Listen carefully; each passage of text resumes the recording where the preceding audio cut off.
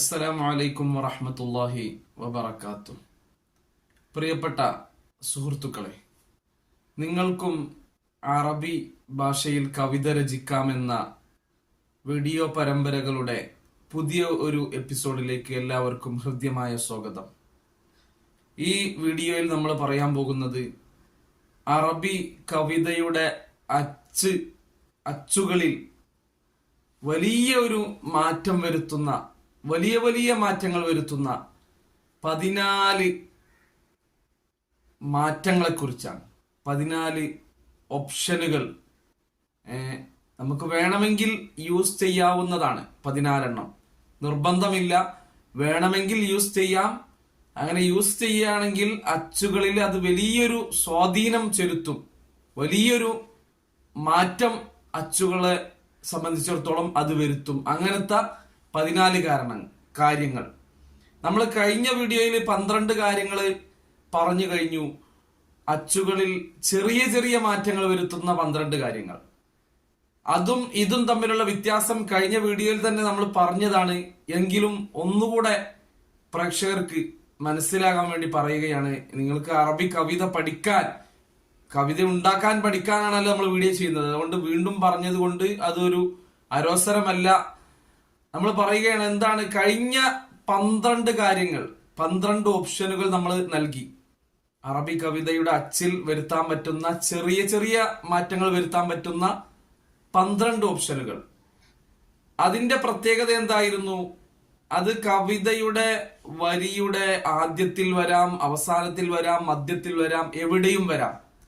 അതിന് പ്രത്യേക കണ്ടീഷൻ ഒന്നുമില്ല. വേണമെങ്കിൽ നമുക്ക് യൂസ് ചെയ്യാം, നിർബന്ധമൊന്നുമില്ല കേട്ടോ.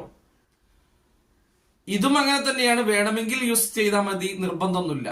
പക്ഷേ ഇതിനും അതിനുമുള്ള ഒരു മാറ്റം, ആ ഒരു ഇത് നമ്മൾ യൂസ് ചെയ്താൽ എല്ലാ വരിയിലും യൂസ് ചെയ്യൽ ഒരു നിർബന്ധമേ അല്ല. എന്നാൽ ഈ 14 എണ്ണത്തിൽ നമ്മൾ ഏതെങ്കിലും യൂസ് ചെയ്യുകയാണെങ്കിൽ എല്ലാ വരിയുടെ അച്ചിലും അത് നമ്മൾ യൂസ് ചെയ്യൽ നിർബന്ധമാണ്. എല്ലാ വരിയുടെ അച്ചിലും യൂസ് ചെയ്യൽ നിർബന്ധമാണ്. അതുപോലെ തന്നെ കവിതയുടെ ഏറ്റവും മർമ്മപ്രധാനമായ ഒരു സ്ഥലമാണ് അരവരികളുടെ അവസാനം. അതിന് നമ്മൾ നേരത്തെ ഒരു പേര് പറഞ്ഞിട്ടുണ്ട്. ആദ്യത്തെ അരവരിയുടെ അവസാനത്തെ ഇതിന് അറൂള് എന്നും, അവസാനത്തെ അരവരിയുടെ, രണ്ടാം അരവരിയുടെ അവസാനത്തിന് വർബ് എന്നാണ് പേരുള്ളത്. നമ്മൾ മുമ്പ് പറഞ്ഞിട്ടുണ്ട്. അപ്പൊ അവിടെ മാത്രമേ ഇന്ന് പറയാൻ പറ്റുന്ന 14 എണ്ണം നമുക്ക് യൂസ് ചെയ്യാൻ പറ്റുള്ളൂ. കഴിഞ്ഞ എപ്പിസോഡിൽ നമ്മൾ പറഞ്ഞ 12 കാര്യങ്ങൾ നമുക്ക് കവിതയുടെ മധ്യത്തിലും തുടക്കത്തിലും അവസാനത്തിലും എവിടെയും യൂസ് ചെയ്യാം. പിന്നെ ഒരു കാര്യം പറയാനുള്ളത്, ഈ 14 ആയാലും കഴിഞ്ഞ 12 ആയാലും വേണമെങ്കിൽ യൂസ് ചെയ്താൽ മതി. ഓപ്ഷൻ ആണ്, വേണമെങ്കിൽ യൂസ് ചെയ്താൽ മതി.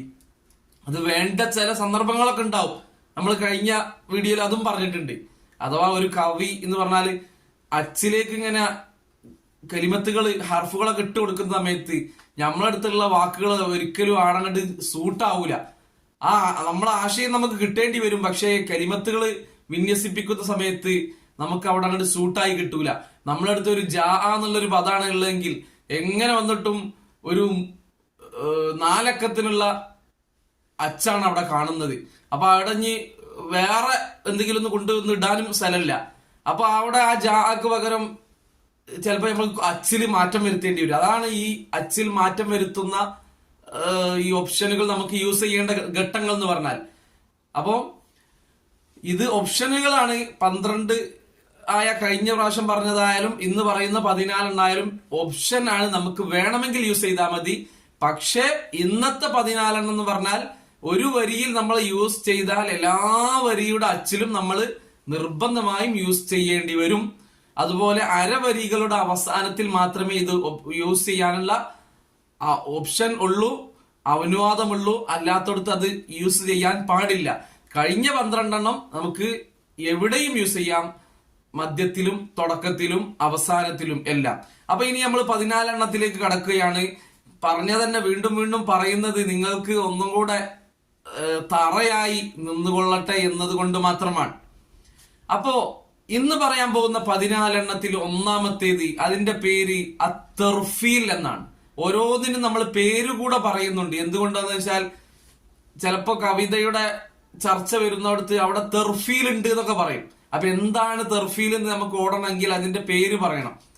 അപ്പം അച്ചില് നമ്മൾ ഫായിലുൻ എന്ന കലിമത്തിനെ ഫായിലാത്തുൻ എന്നാക്കി യൂസ് ചെയ്യുന്നതിനാണ് തെർഫീൽ എന്ന് പറയുക. നമ്പർ 2, രണ്ടിന്റെ പേര് അത്തദീൽ എന്നാണ്. തദീൽ എന്ന് പറഞ്ഞാൽ എന്താണ്? മുസ്തഫ്ഇലുൻ എന്ന കലിമത്തിനെ നമ്മൾ അച്ചിൽ വരുന്ന ഏത് ബഹറിന്റെ ഏത് അച്ചിലാണ് മുസ്തഫ്ഇലുൻ എന്ന് വരിക, അവിടെയാണ് നമ്മൾ ഇത് യൂസ് ചെയ്യട്ടോ. ആ മുസ്തഫ്ഇലുൻ എന്ന് വന്നോടത്ത് അതിനെ മാറ്റി മുസ്തഫ്ഇലാൻ എന്നാക്കി യൂസ് ചെയ്യുന്നതിനാണ് തദീൽ എന്ന് പറയുക. നമ്പർ 3, അത്തസ്ബീഗ്. അത്തസ്ബീഗ് എന്ന് പറഞ്ഞാൽ അച്ചിന്റെ കലിമത്തുകളിൽ ഫായിലാത്തുൻ എന്ന് വരുന്നിടത്ത് അതിനെ മാറ്റി ഫായിലാത്താൻ എന്നാക്കി യൂസ് ചെയ്യുന്നതിനാണ് തസ്ബീഗ് എന്ന് പറയുക. എല്ലാം നമ്മൾ അവിടെ എഴുതി കാണിക്കുന്നുണ്ട്. അത് വേണ്ടവര് കൃത്യമായി എഴുതി വെക്കുക. ഓരോ വീഡിയോകളും എടുത്ത് പഠിച്ചാൽ നിങ്ങൾക്ക് ഏറെ ഉപകാരപ്പെടും. സാധാരണക്കാർക്ക് പോലും, കൂടുതൽ അറബി ഗ്രാമറും ഭാഷയൊന്നും അറിയാത്ത സാധാരണക്കാർക്ക് പോലും അറബി ഭാഷയിൽ കവിത ഉണ്ടാക്കാൻ പറ്റുന്ന ഒരു ശൈലിയിലാണ് നമ്മുടെ ഈ അവതരണം എന്ന് നിങ്ങൾ മനസ്സിലാക്കുക. നിങ്ങൾക്ക് എന്താണ് കവിത ഉണ്ടാക്കാൻ വേണ്ടത് എല്ലാം നമ്മൾ ഈ ചാനലിലൂടെ പഠിപ്പിച്ചു തരും ഇൻഷാ അള്ളാഹ്. 4-മത്തേത് അൽ ഹദ്ഫ് എന്നാണ്. ഹദ്ഫ് എന്ന് പറഞ്ഞാൽ മഫായിലുൻ എന്ന കലിമത്തിനെ ഫുഊലുൻ എന്നാക്കി യൂസ് ചെയ്യുന്നതിനാണ് ഹദ്ഫ് എന്ന് പറയുക. മഫായിലുൻ എന്ന കലിമത്തിനെ ഫുഊലുൻ എന്നാക്കി യൂസ് ചെയ്യുക.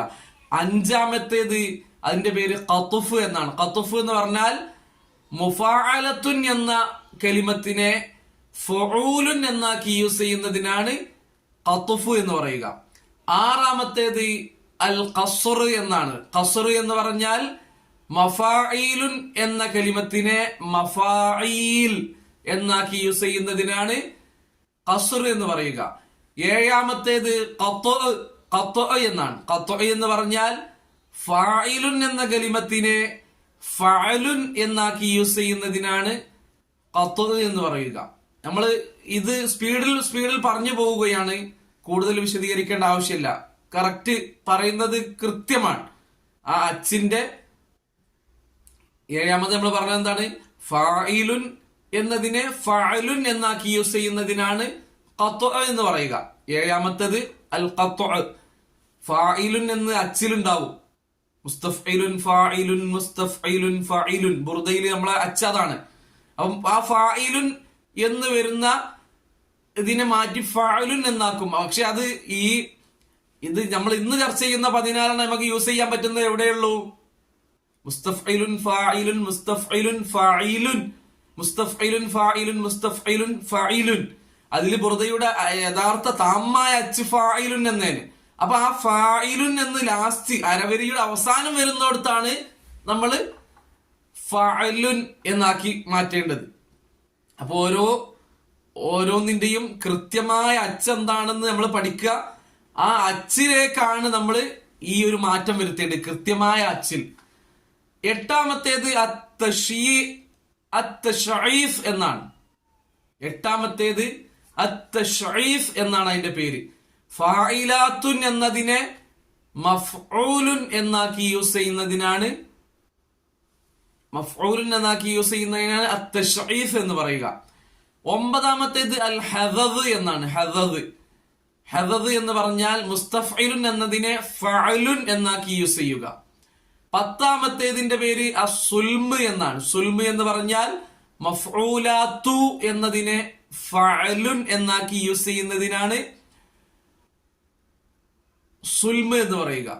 11-മത്തേതിന്റെ പേര് അൽ കശ്ഫ് എന്നാണ്. കശ്ഫ് എന്ന് പറഞ്ഞാൽ മഫ്ഊലാത്തു എന്നതിനെ മഫ്ഊലുൻ എന്നാക്കി യൂസ് ചെയ്യുന്നതിനാണ് കശ്ഫ് എന്ന് പറയുക. 12-മത്തേത് അൽ വഖഫ് എന്നാണ്. വഖഫ് എന്ന് പറഞ്ഞാൽ മഫ്ഊലാത്തു എന്ന കലിമത്തിനെ മഫ്ഊലാത്ത് എന്നാക്കി സുക്കൂനാക്കി യൂസ് ചെയ്യുന്നതിനാണ് വഖഫ് എന്ന് പറയുക. 12-മത്തേത് അൽ ബത്ർ. ബത്ർ എന്ന് പറഞ്ഞാൽ ഫായിലാത്തുൻ എന്ന കലിമത്തിനെ ഫഅലുൻ എന്നാക്കി യൂസ് ചെയ്യുന്നതിനാണ് ബത്ർ എന്ന് പറയുക. 14-ാമത്തേത് അൽ ഖത്അ എന്നാണ്. അൽ ഖത്അ എന്ന് പറഞ്ഞാൽ മുസ്തഫ്ഇലുൻ എന്നതിനെ മഫ്ഊലുൻ എന്നാക്കി യൂസ് ചെയ്യുന്നതിനാണ് ഖത്അ എന്ന് പറയുക. ഇതാണ് 14 എണ്ണം. ഈ 14 എണ്ണമാണ് നമുക്ക് യൂസ് ചെയ്യാൻ ഉപയോഗിക്കാവുന്നത്. അങ്ങനെ പറഞ്ഞതിന്റെ കാരണം ഇത് ഓപ്ഷണലാണ്. വേണമെങ്കിൽ യൂസ് ചെയ്യാം, ഇല്ലെങ്കിൽ കൃത്യമായ പൂർണ്ണമായ അച്ച് തന്നെ എടുത്ത് നമുക്ക് യൂസ് ചെയ്യാം. ഇനി നമ്മൾ അടുത്ത വീഡിയോകളിൽ നമ്മൾ പഠിപ്പിക്കാൻ പോകുന്നത് ഓരോ ബഹറും 16 ബഹറും നമ്മൾ ആ ബഹറിനെ എടുത്ത് ഓരോ വീഡിയോയിലും ഓരോ ബഹർ എടുത്തുകൊണ്ട് നമ്മൾ ചർച്ച ചെയ്യും.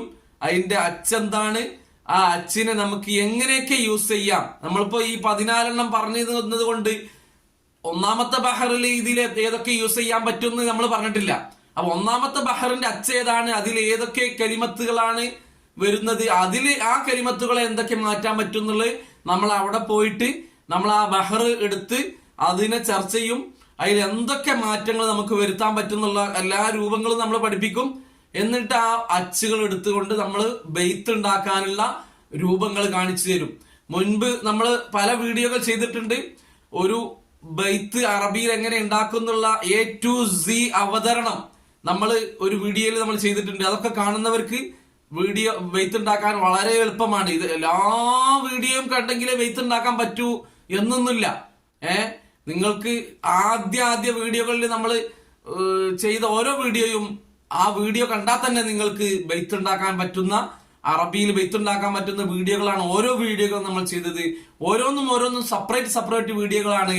പക്ഷെ ഈ കഴിഞ്ഞ വീഡിയോയും ഇതിന്റെ തൊട്ട് മുമ്പത്തെ വീഡിയോയും നമ്മൾ മുമ്പത്തേലേക്ക് ആഡ് ചെയ്യേണ്ട വീഡിയോയാണ്. അഥവാ അച്ചില് വരുന്ന മാറ്റങ്ങളാണ്. അപ്പൊ അച്ചെന്താണ് എന്നുള്ള മുമ്പത്തെ വീഡിയോകൾ നമ്മൾ പറഞ്ഞിട്ടുണ്ട്. അപ്പൊ അത് നിർബന്ധമായും കാണണം. അപ്പോ പ്രേക്ഷകരോട് നമുക്ക് പറയാനുള്ളത്, നമ്മളെ ചാനൽ സബ്സ്ക്രൈബ് ചെയ്യുക, ലൈക്ക് ചെയ്യുക, ഷെയർ ചെയ്യുക, എല്ലാം ചെയ്യുക. നിങ്ങൾക്ക് ഇഷ്ടമുണ്ടെങ്കിൽ മാത്രം, അല്ലെങ്കിൽ നിങ്ങളൊന്നും ചെയ്യണ്ട. നിങ്ങളെ സന്തോഷമാണ് നമ്മുടെ സന്തോഷം. പക്ഷേ ചാനലിൽ നിന്ന് നിങ്ങൾ എന്തെങ്കിലും ഒരു ഉപകാരം കിട്ടിയെങ്കിൽ മറ്റുള്ളവരിലേക്കൊന്ന് അറിയിച്ചാൽ വളരെ സന്തോഷമാണ്. ചാനൽ മറ്റുള്ളവരിലേക്ക് എത്തിച്ചു കൊടുക്കണമെന്ന് ഓർമ്മപ്പെടുത്തി എല്ലാവർക്കും വളരെ ഹൃദ്യമായ നന്ദി അറിയിച്ചുകൊണ്ട് അസ്സലാമു അലൈക്കും വറഹ്മത്തുള്ളാഹി.